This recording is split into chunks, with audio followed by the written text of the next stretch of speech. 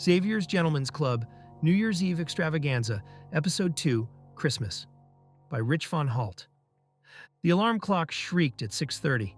Sunlight streamed through the bedroom window, casting rectangles across Darin's bed. Hospital corners crisp, pillows fluffed and positioned with precision. The morning light revealed a man who lived by routine. In the kitchen, bacon crackled in the cast-iron skillet. Darin moved with practiced efficiency, spooning scrambled eggs into a ceramic bowl already filled with chunks of tuna. Red and black flannel shirt tucked neatly into pressed khakis. "Larry, come and get breakfast," he called out. A solid gray cat appeared in the doorway, padding across the linoleum floor. Larry approached the bowl, lowered his head to sniff the mixture, then turned and walked away. "Merry Christmas," Darin said to the retreating cat. Down the narrow hallway, Darin paused at his mother's bedroom door, cracking it open. She lay fast asleep, her breathing deep and peaceful. He entered quietly, carrying a glass of water that he placed on her nightstand. With tender movements, he pulled the blankets up to cover her shoulders. For just a moment, watching her peaceful face, he allowed himself a small smile. Outside, the morning was crisp and clear as Darin climbed into his white Toyota Corolla. The streets were empty, a ghost town quality that only Christmas morning could bring. He wore his khaki bomber jacket now, the flannel shirt still neatly tucked beneath it. As he drove, Perry Como's voice filled the car interior, crooning, "It's beginning to look a lot like Christmas." The toll booth stood like a small sentinel beside the highway.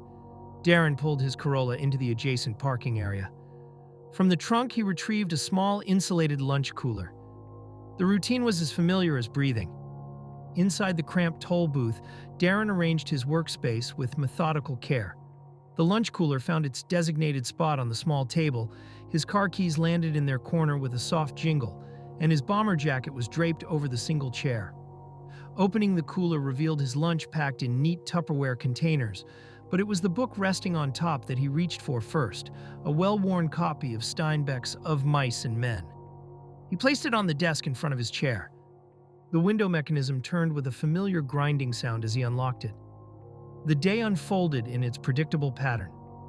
Cars approached sporadically, drivers extending hands with crumpled bills or exact change. Darin performed his small interactions with professional courtesy. "Have a good day," he repeated throughout the morning and afternoon. Between customers, he sat with his sandwich and his book. The booth became a tiny island of contentment. As the afternoon light began to fade, a familiar knock echoed through the small space. Darin looked up to see Henry through the glass. Early 50s, portly frame, curly gray hair, mustache, and wire-rimmed glasses. The clock on the wall read 5:30. "Oh, hey, Henry," Darin said, rising to open the door. Henry stood patiently in the doorframe. The changing of the guard was a daily ritual they'd performed countless times. "It's that time, isn't it?" Darin asked. "Yes, it is," Henry confirmed. Darin gathered his belongings, jacket pulled on and zipped, and book tucked carefully into the lunch bag. "Pretty slow today," he observed. "I can imagine," Henry replied. As Darin moved toward the door, Henry's voice stopped him mid-stride. "Don't forget your keys." Darin paused, then turned back. "Oh, I wouldn't want to do that now, would I?" He retrieved the keys from their corner. "Imagine that," Henry said, and both men chuckled.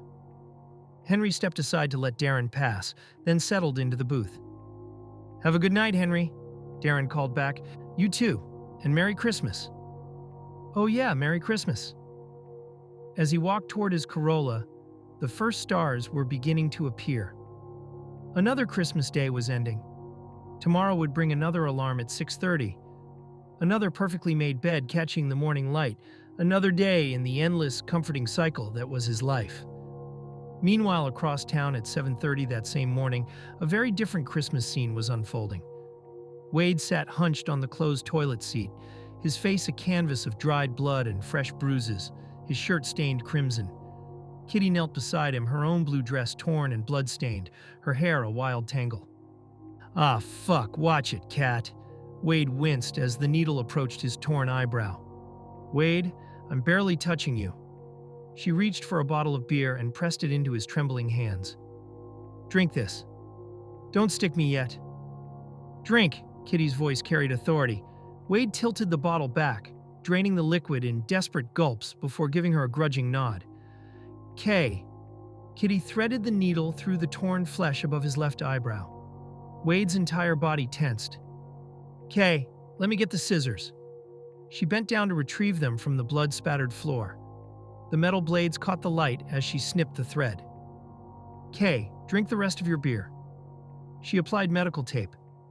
"I'm just going to tape you up."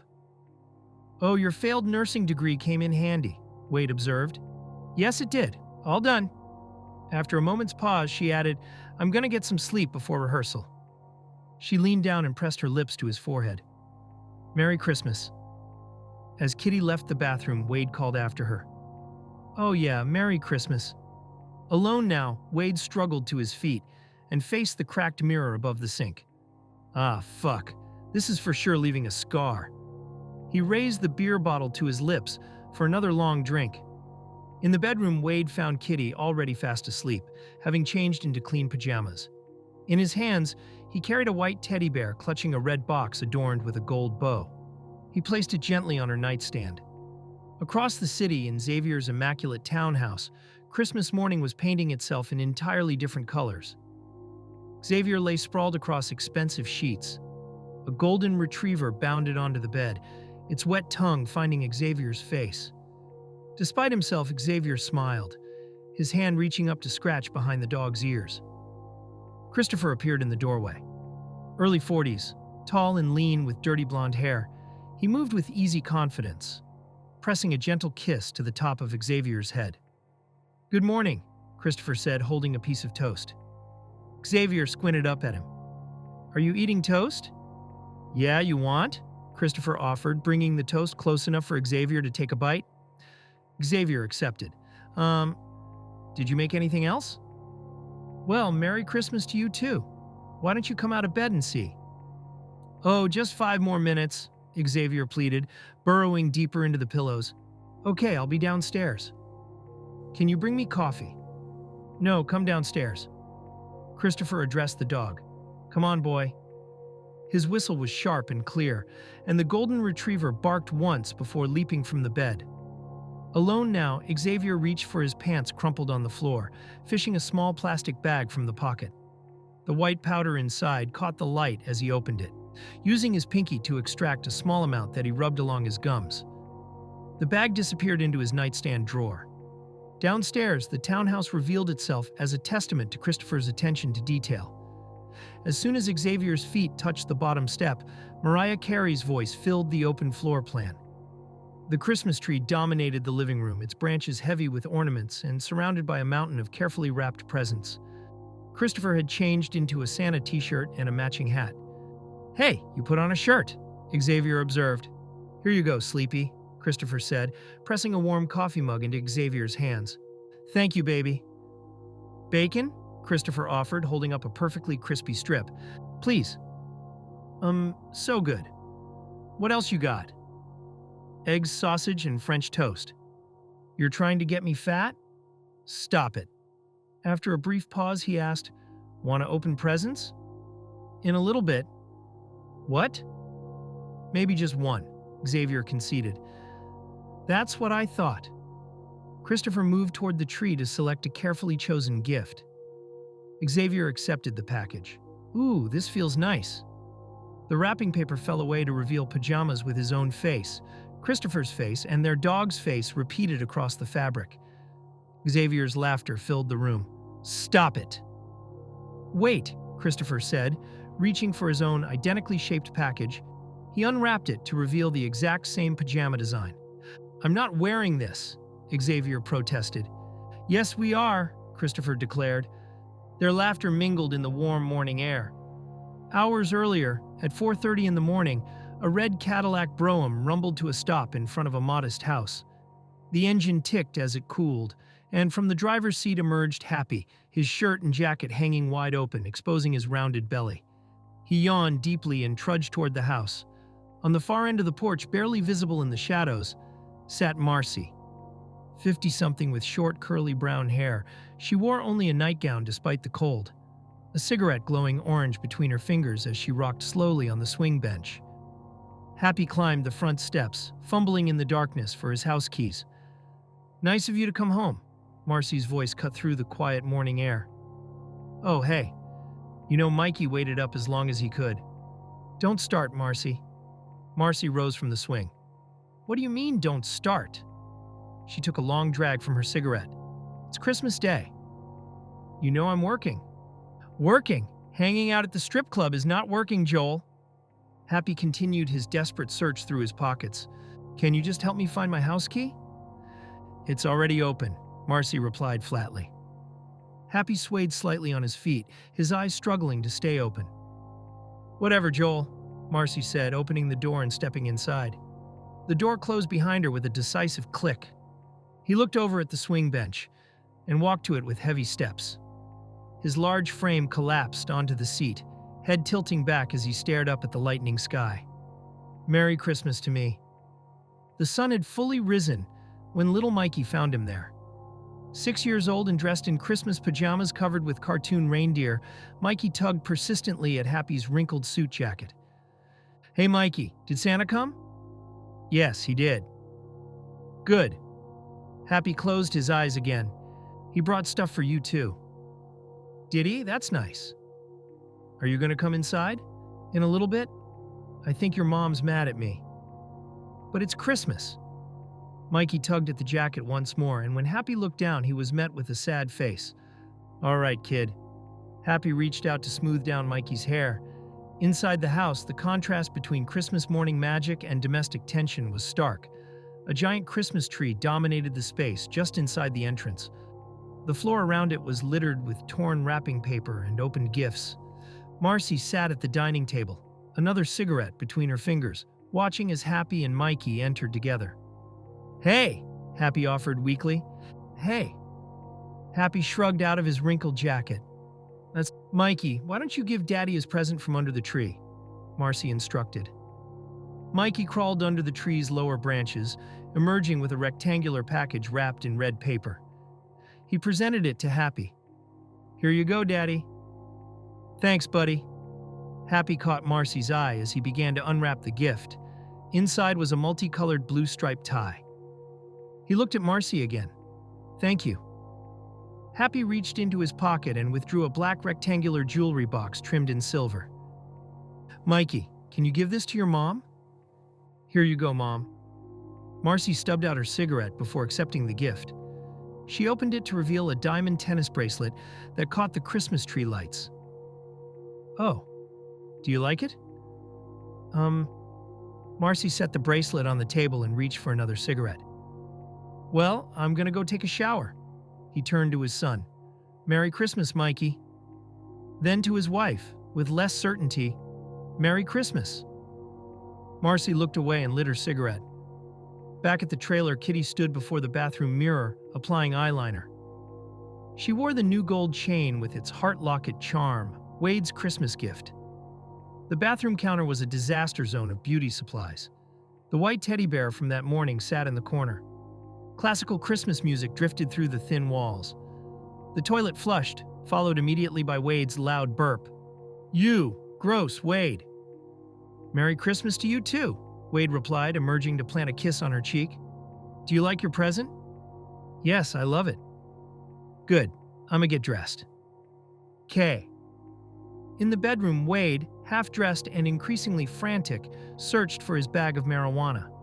He rifled through the nightstands, looked under the bed. "Shit, Kat, I have to make a pit stop on our way to work." "Can't you do it after you drop me off?" Wade stood in the middle of the bedroom. "Yeah, I guess."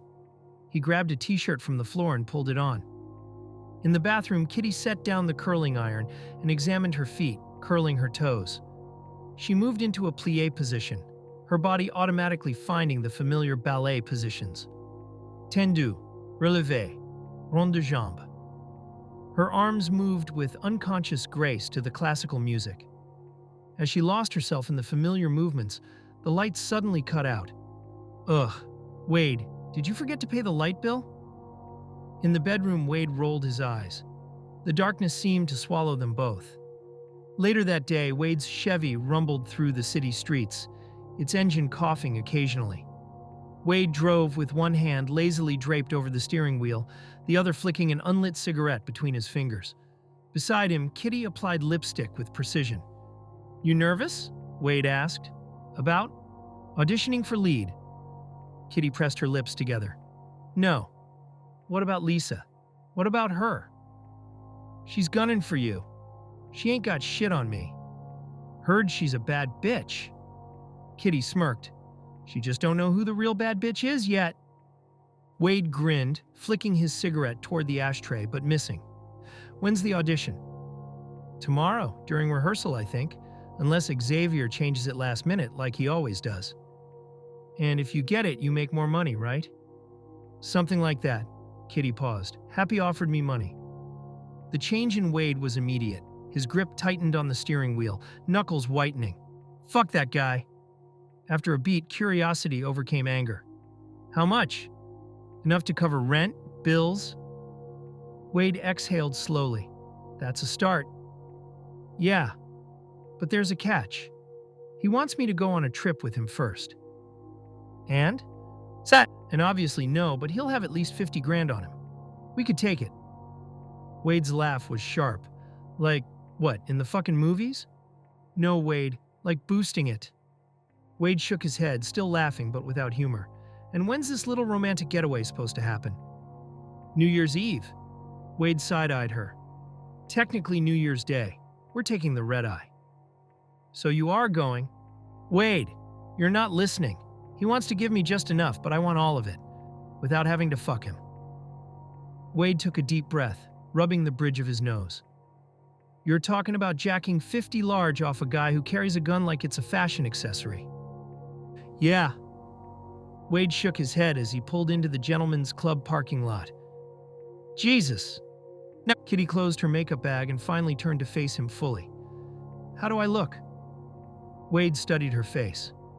"Like trouble." Kitty smirked, leaning across the center console to kiss him. "'Kay, see you later, yeah?" "Yeah." Kitty opened the car door.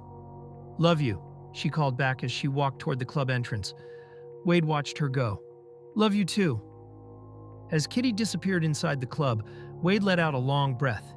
He reached up and flipped the passenger side visor back into position, then put the car in drive. Across town, Darin stood at a flower stand under the midday sun, holding a dozen roses wrapped in clear cellophane. The blooms were perfect. He placed them carefully on the counter. The cashier, a middle-aged woman with kind eyes and paint-stained fingers, picked up the bouquet and scanned the barcode.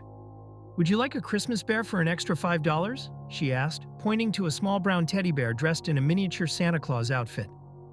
Darin glanced at the bear, considering for a moment before shaking his head. "No, thank you." "That'll be $31.80. Darin handed her $35 in crisp bills. "Thank you." "Merry Christmas." "Merry Christmas." Darin tucked the roses carefully under his arm as he left the shop. As evening settled over the city, Happy descended the stairs of his house wearing a dark blue suit, his white dress shirt left deliberately open at the collar. He paused at the mirror beside the main door, running a comb through his hair. 10 feet away, Mikey sat transfixed by cartoons flickering across the television screen. Marcy emerged from the kitchen. "You going out?" she observed. Happy continued combing his hair without looking at her. "Yeah, I have to work." "Sure." After a pause, she added, "You didn't like the tie?" "Sure I do, it just doesn't go with this suit." "When will you be back?" "I don't know, sometime tonight."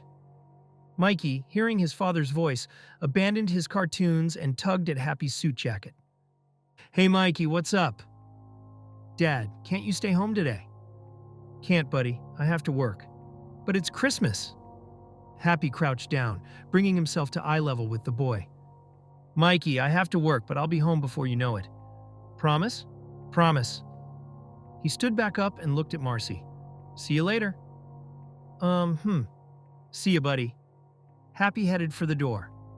Meanwhile, across town, Wade's Chevy crawled through the darkening streets toward a neighborhood where Christmas looked different. Here, the holiday was marked by people spilling out of their homes despite the evening chill. Kids riding bikes with streamers, adults cleaning cars, neighbors gathered in clusters.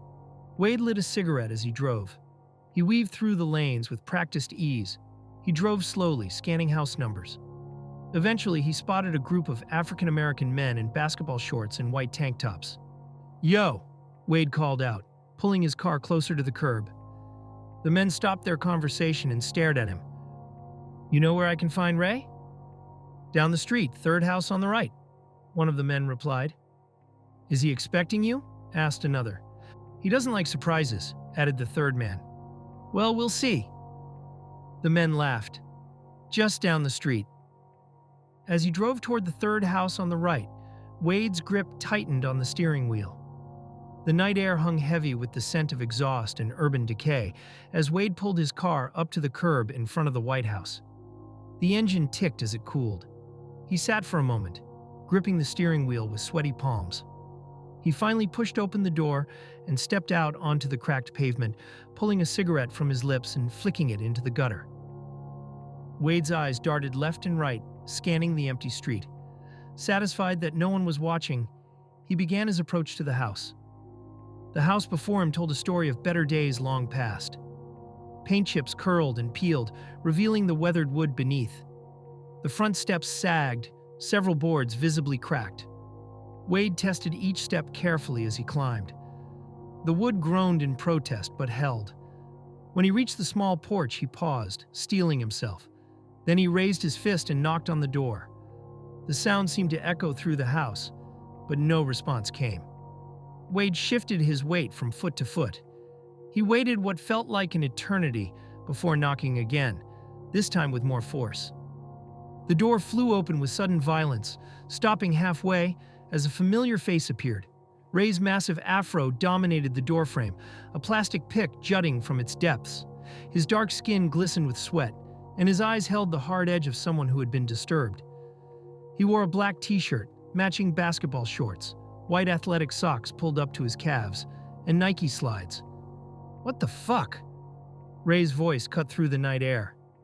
"Hey Ray, it's me, Wade." "Yeah? I got some stuff from you last week at the club." Ray's eyes narrowed. "Oh yeah, don't you owe me some money?" It wasn't really a question, and Wade felt his stomach drop. "What?" Ray pulled a cigar from somewhere behind the door and placed it between his lips, lighting it. The smoke curled around his face as he took a long drag. "Yeah, you do." Ray pulled the door open wider, revealing the scene within. The living room was packed with Ray's friends, all in black t-shirts and black basketball shorts. They were sprawled across a worn couch, beer bottles in hand, their attention divided between the football game flickering on an old television and the drama unfolding at the front door. "Come in, man," Ray said, stepping aside. Wade stepped across the threshold into Ray's domain, immediately feeling the weight of multiple sets of eyes upon him. The house had the lived-in smell of too many people in too small a space. One of the guys on the couch, a mountain of a man, immediately stood up, gesturing for Wade to take his spot. Wade nodded his thanks and carefully navigated around a low cocktail table. He squeezed himself between two more large men, feeling distinctly like a mouse who had wandered into a den of cats. The man to his left immediately handed him a beer without being asked. Wade accepted it, though his hand shook slightly as he brought it to his lips. Ray had retrieved a folding chair and positioned it directly in front of Wade, close enough that their knees almost touched. In his hands was a small notebook, its pages worn and stained. Ray began flipping through it. "All right, Wade, let's check the book." "Da-ba-da-ta-da," Ray muttered as he searched through the pages. Wade watched with growing dread. "Wade, here you are. Looks like you're paid up through..." "Ooh." The word hung in the air. Ray's hand disappeared into his shorts and emerged holding a gun. He placed it on the cocktail table with casual indifference. Wade's eyes locked onto the weapon, his body going rigid. He felt the men on either side of him shift, and suddenly their large hands were on his knees.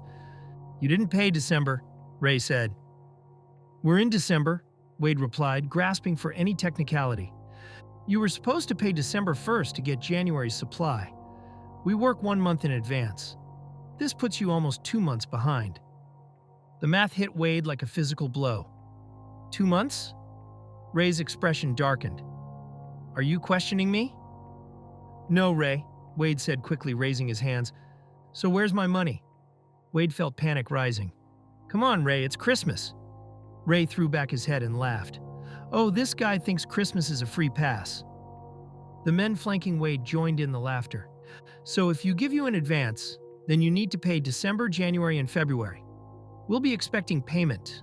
Oh, let's say New Year's Day. New Year's Day?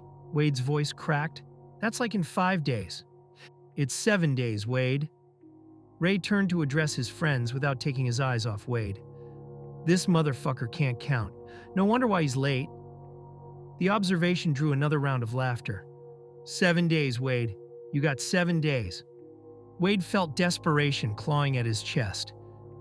Ray, and there's nothing we can do. Ray's smile was predatory. We're going to do something for being late. Call it a late fee. Wade looked at the men on either side of him. He knew what was coming next. Fuck, he whispered. The night air felt like ice against Wade's battered face as he stumbled out of Ray's house. His right eye throbbed with each heartbeat, already swelling shut. Under his t-shirt, pressed against his ribs, was the package he had come for. Wade made his way carefully down the broken steps. Each step sent a jolt of pain through his head. The street was still empty. He reached his car and fumbled for the keys. Once inside, Wade pulled the clear Ziploc bag from beneath his shirt, the plastic crinkling. The bag contained his month's supply. He reached into the back seat and retrieved his backpack. The weed disappeared into its depths, and he zipped it closed. Wade adjusted the rearview mirror and immediately regretted it. His reflection showed the full extent of Ray's late fee. His right eye was already turning spectacular shades of purple and black. Fuck! Wade started the engine and pulled away from the curb. 7 days stretched ahead like an impossible mountain to climb. The Gentlemen's Club pulsed with manufactured energy. The main stage dominated the center of the room, bathed in hot pink and red spotlights. Lisa commanded the platform. She moved in perfect synchronization with 2 other dancers, all 3 women dressed identically in red fuzzy bras and matching panties trimmed with white faux fur, their heads crowned with Santa hats. The choreography was precise, professional, and designed to extract maximum dollars. Xavier cut through the crowd, his eyes constantly scanning. He was the kind of manager who understood that his job was equal parts entertainment coordinator and crisis prevention specialist. Kitty worked the floor with genuine enthusiasm, moving from customer to customer. Her smile was authentic, her laugh infectious. But Lisa's eyes tracked Kitty's every movement. When she spotted Kitty engaging with a gentleman who looked particularly generous, his wallet already open, Lisa made her move. Without missing a beat, Lisa broke from the choreography and descended from the main stage. She approached the seated gentleman, grabbing his face with both hands and pressing his features directly into her cleavage. Throughout the entire maneuver, Lisa's eyes remained locked on Kitty's. The message was unmistakable. Kitty rolled her eyes with practiced dismissal, then simply walked away. The mini stage near the bar became Kitty's kingdom. She climbed the side stairs with fluid grace. The men who had been clustering around the main stage began to drift over. From her elevated position, Kitty caught Lisa's eye and delivered her own message. Lisa's eye roll in response suggested the message had been received. In the men's bathroom, Darin stood before the mirror like an actor preparing for the performance of his life. The bouquet of flowers in his hands looked almost comically innocent in the harsh fluorescent lighting. "Hi, here you go," he said to his reflection, then immediately shook his head. "No." He tried again. "Kitty, I got you flowers." The words sounded forced. "Hi, would you like some flowers?" Each attempt sounded worse than the last. "Hey, Kitty, I never asked, do you like flowers?" This version carried a hint of desperation. "Funny thing is, I was on my way here, and someone just handed me these." The lie was so transparent that even he couldn't sell it to himself. "No. Come on, Darin." Finally, he settled on the most straightforward approach. "Hi, Merry Christmas, Kitty. These are for you." He extended his hand toward the mirror. The sound of a toilet flushing broke his concentration, followed immediately by Wade's emergence from one of the stalls. Wade's appearance was a stark reminder of how quickly a good night could turn bad. His right eye was a spectacular canvas of purple and black bruising. He positioned himself at the sink, directly next to Darin, and began washing his hands. "It's not that difficult," Wade said. Before Darin could protest, Wade reached over and plucked the flowers from his hands with fingers still dripping from the faucet. Water droplets scattered across the delicate petals. "You say, 'Hi, these are for you,' and you give them to her," Wade explained, extending the now damp bouquet back toward Darin. Darin accepted the flowers gingerly, immediately transferring them to his other hand. "She'll say thanks and maybe hug you, and you can go back to your pathetic life," Wade continued, punctuating his wisdom with a congratulatory pat on Darin's shoulder that served the dual purpose of encouragement and hand-drying. Wade exited without another word, leaving Darin alone with his damp flowers. He looked down at his jacket where Wade's wet hand had left a visible mark, then grabbed a handful of paper towels. "Ah, man." He patted down his jacket, then carefully dried each flower. When Darin finally emerged from the bathroom, flowers somewhat restored, Alex spotted him immediately. She stubbed out her cigarette and began moving toward him. As she approached, she circled behind him, her fingers trailing across his back. "Hey, are those for me?" "I'm sorry, these are actually for Kitty," Darin replied, his eyes already scanning the crowd. "I'm afraid she's in the dressing room getting ready to take the stage." Darin felt his carefully laid plans beginning to crumble. "Can you give these to her?" "No can do. You'll just have to wait till you see her. In the meantime, would you like a dance?" "No thanks." "Okay. If I see Kitty, I'll let her know you're looking for her." "Thank you." As Alex walked away, her laughter was barely contained. The women's changing room was filled with the detritus of feminine transformation. Makeup scattered across every surface, costumes in various states of repair hanging from improvised hooks, and the constant hum of hairdryers. Alex entered to find Kitty seated before a mirror, carefully reapplying her eyeliner. "That poor bastard has flowers for you," Alex announced without preamble, settling herself on the edge of a makeup table. "Who are you talking about?" "Your boyfriend." "Are you talking about Darin?" Kitty's voice softened slightly. "Yeah." "Stop it, he's sweet. Did he really bring me flowers?" "He sure did." "Aw, poor bastard. Maybe he's hoping for a Christmas delight." "No, he just likes the company." Alex's eyebrows shot up. "What are you talking about? Does he ever go to the back with you?" "No, he just likes to talk." "What the fuck? Does he at least tip you?" "Of course." "Wow, girl, you have some pussy. You don't even have to give him a lap dance, and he's paying you and bringing you flowers." "I guess." Alex's laughter filled the small room. The kitchen of the gentlemen's club existed in a perpetual state of controlled chaos, steam rising from industrial burners, while the constant clatter of pots and pans provided percussion.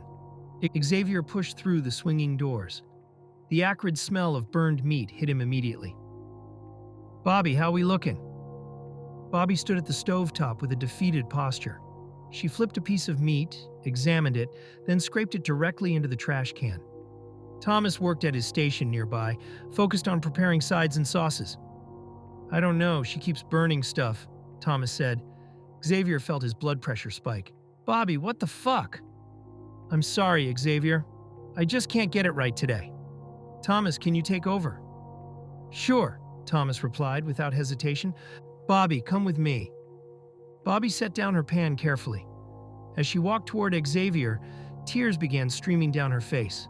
"Bobby, don't cry." They walked together toward the walk-in freezer. "Bobby, I know you're going through a hard time, but we have to get through tonight. You know why?" "Because it's Christmas?" Bobby's voice cracked. "Yes, it's Christmas."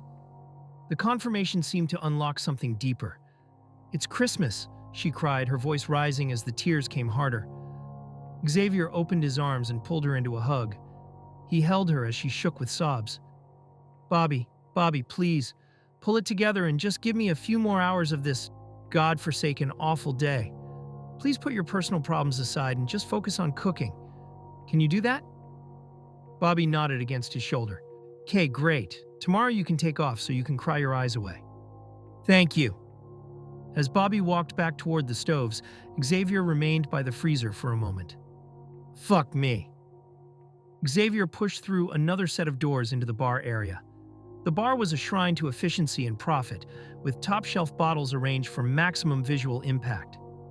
Mixie, tell me my mew cow came in today, please, Xavier said. Mixie looked up from her prep work. That shitty cognac. Yes. Yeah, no, didn't see anything. Xavier felt another piece of his evening crumble. Really, you looked for it? He began frantically searching the area around the bar, moving bottles and checking behind equipment. His movements grew more agitated. What the fuck, Mixie? Sorry, Xavier. You know I put it aside for you. Xavier closed his eyes and took a deep breath. Motherfucker, not today. Please, not today. Xavier's office was a cramped space behind the bar. The room was cluttered with old invoices, inventory sheets, and a multitude of accumulated paperwork. He immediately went to work searching through old crates stacked behind the door, moving boxes and containers. When the crates yielded nothing, he turned his attention to his desk, pulling out drawers and rifling through papers. Fuck! Back in the main club area, Wade sat at one of the small tables that ringed the stages, a cigarette dangling from his lips as he watched the dancers perform. His bruised face made him stand out. The smoke from his cigarette created small clouds that dissipated in the colored lights. Xavier spotted him and approached. Hey, Wade, can I sit? Wade took a drag from his cigarette and gestured toward the chair. Xavier pulled out the chair and sat down. You have extra weed I can have? Wade's response was immediate. It's gonna cost you. What the fuck, man? Come on. I just need a hit. A lot of shit's going on. Just give me like a leftover joint. How many times have I hooked you up? Wade's answer came without hesitation. Never. I have to buy my own beer. Xavier realized he had walked into that one. Okay, starting today, the first beer is free. Wade saw an opportunity. The first 2 beers. The audacity triggered Xavier's frayed temper. Fuck you.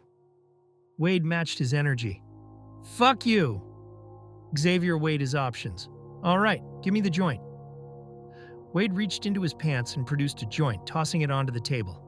Xavier's attention was immediately drawn to Wade's damaged face. Shit, your eye. Is that from Happy? No. Had another issue. Xavier felt a moment of genuine sympathy. Man, you can't catch a break. Whatever. Yeah, whatever. Xavier stood up and caught Mixie's attention across the room. Hey, Mixie, bring him another... He paused to examine Wade's current drink, then shook his head. Bring him a Heineken. He turned back to Wade. Really, Heineken? Yeah, what's wrong with that? Heineken's shit. Wade's response was immediate. Fuck you. Xavier couldn't resist getting the last word. No, fuck you. He held up the joint in a gesture of victory and walked away. Darin had watched the entire exchange from his position at the bar, the flowers still clutched in his hands. Xavier retreated to his office and shut the door. The small space felt even more cramped than usual, but it offered privacy. He lit the joint with practiced efficiency, inhaling deeply and holding the smoke in his lungs, before releasing it in a slow exhale.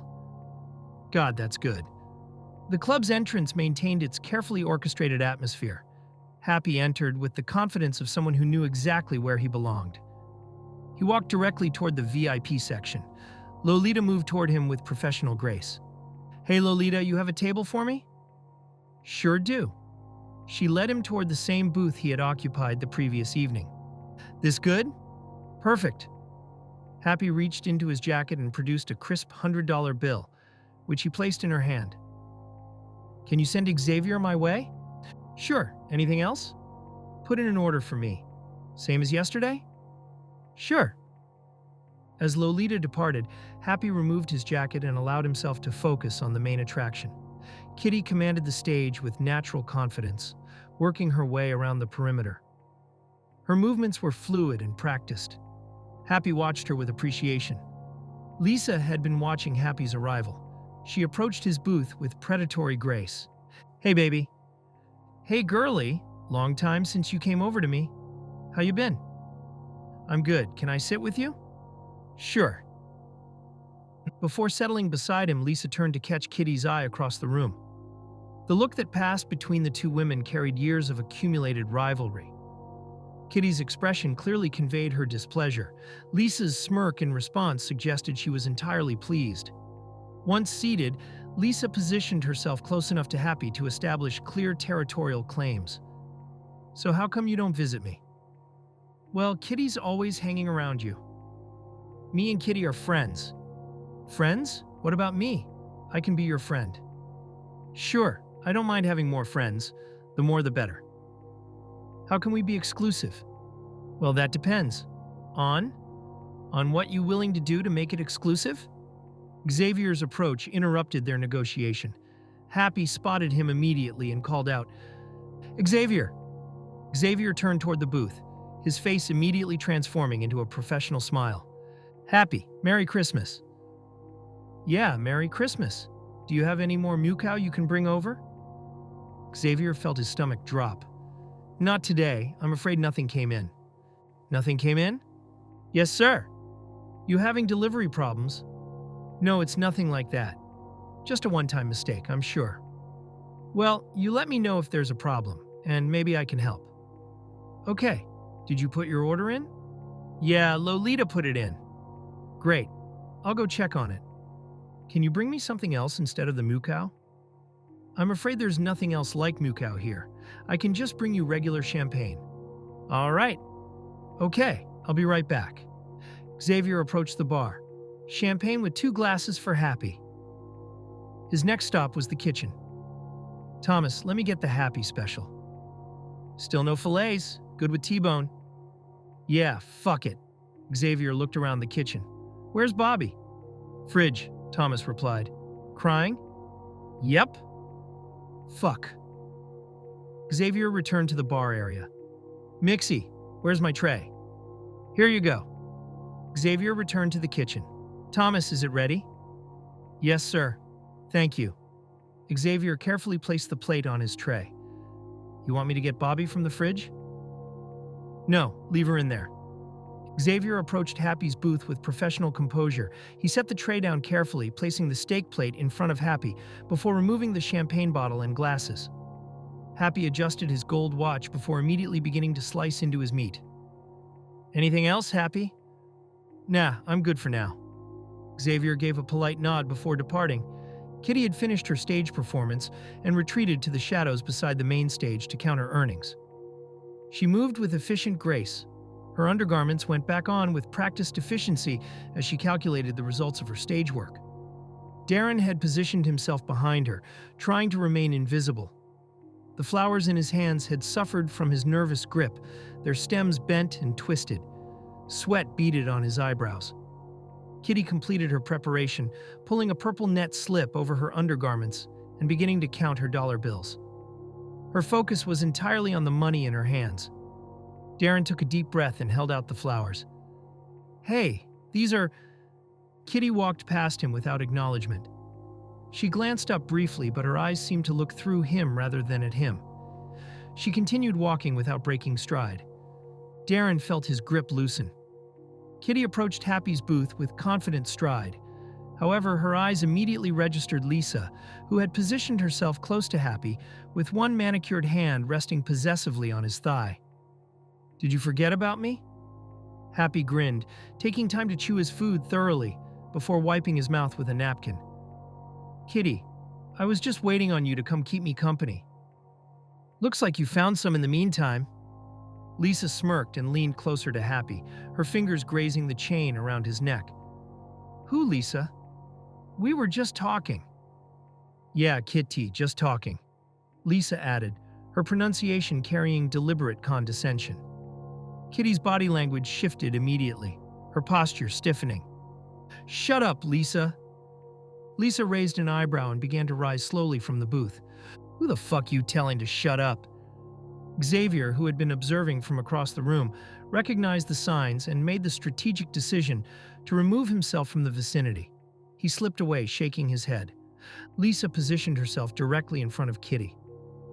Nearby dancers and patrons began to sense that entertainment of a different sort was about to unfold. Conversations became quieter. I see what you're doing. Trying to steal my clients. Your clients? I didn't realize this place had assigned seating. Please, bitch. You just jealous because Happy called me over first. Kitty laughed under her breath and crossed her arms. Jealous? Of you?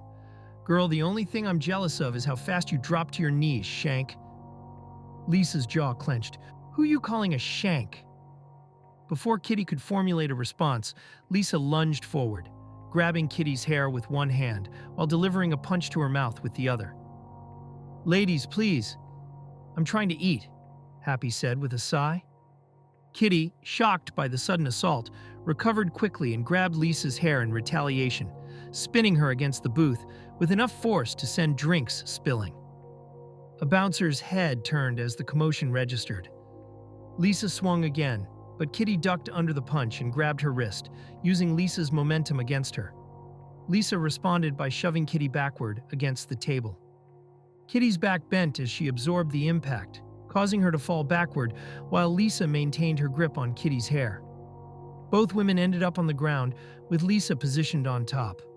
Lisa cocked back her fist and delivered a punch directly to Kitty's forehead. The impact caused Kitty's head to snap back against the floor before bouncing forward. But she responded immediately by raking her nails across Lisa's face and driving her knee into Lisa's ribs. The music continued playing, but every eye in the club was now focused on the two women, locked in combat on the floor. Wade jumped up from his table and ran toward the fight. He grabbed both women, attempting to pull them apart. Lisa responded to his intervention by driving her head forward into his nose. As he pushed her away, the damage was clearly visible. Wade managed to pick up Kitty and move her to the opposite side of the bar. Darin took a step backward, his flowers forgotten. Alex appeared beside him with perfect timing. Looks like Kitty's a little tied up. Yeah. So, how about that dance? Darin turned toward her and handed her the flowers. Have a good night. He walked away from the club. Alex smelled the flowers and smiled. Darin's apartment building stood in stark contrast to the club's manufactured glamour, its tired facade and worn hallways speaking to economic realities. The building was old but maintained. Darin climbed the stairs to his apartment. He unlocked his door and entered the familiar space, immediately removing his jacket and placing it on the sofa. Ma? Hey Ma, did you eat? He walked toward the kitchen, expecting to find evidence of his mother's evening meal, but instead discovered a scene that transformed his personal disappointment into genuine crisis. The refrigerator door stood wide open, its contents scattered across the floor, where a gallon of milk had spilled and spread across the linoleum. A kitchen chair lay overturned, and beside it, his mother lay unconscious on the floor. Darin ran to her side and dropped to his knees, his hands reaching for her shoulders. Ma? His voice carried the first notes of panic. When she didn't respond, he tried again with more urgency. Ma? Still no response, and his voice cracked as fear took hold. Mom, oh God,